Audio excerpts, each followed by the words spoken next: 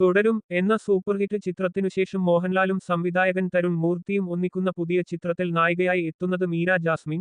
ഇക്കാര്യം അറിയിച്ചുകൊണ്ട് തരുൺ മൂർത്തി തന്നെയാണ് സാമൂഹിക മാധ്യമങ്ങളിൽ പോസ്റ്റർ പങ്കുവച്ചത്. മീരയുടെ ജന്മദിനത്തിൽ ആശംസകൾ നേർന്നുകൊണ്ടാണ് മീരയുടെ പോസ്റ്റർ അണിയറക്കാർ പുറത്തുവിട്ടത്. നൈസി എന്നാണ് മീര ജാസ്മിന്റെ കഥാപാത്രത്തിന്റെ പേര്. ലൗലാജന്റെ നൈസി എന്ന ക്യാഷനോടെയാണ് തരുൺ മൂർത്തി പോസ്റ്റർ പങ്കുവച്ചത്.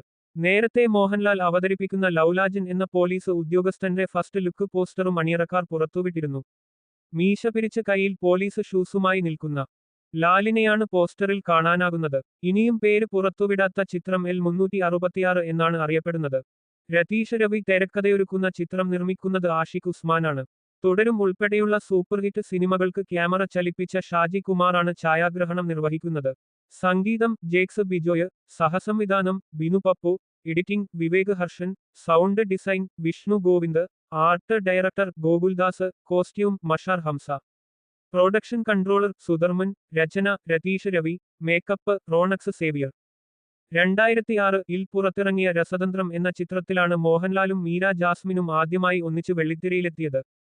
പിന്നീട് ഇന്നത്തെ ചിന്താവിഷയം, ലേഡീസ് ആൻഡ് ജെന്റിൽമാൻ, ആകാശഗോപുരം എന്നീ ചിത്രങ്ങളിലും ഇരുവരും ഒന്നിച്ചെത്തി. ദീർഘകാലത്തെ ഇടവേളയ്ക്ക് ശേഷം അടുത്തിടെ പുറത്തിറങ്ങിയ മോഹൻലാൽ ചിത്രം ഹൃദയപൂർവ്വത്തിൽ മീര ജാസ്മിൻ അതിഥിവേഷത്തിലെത്തിയിരുന്നു.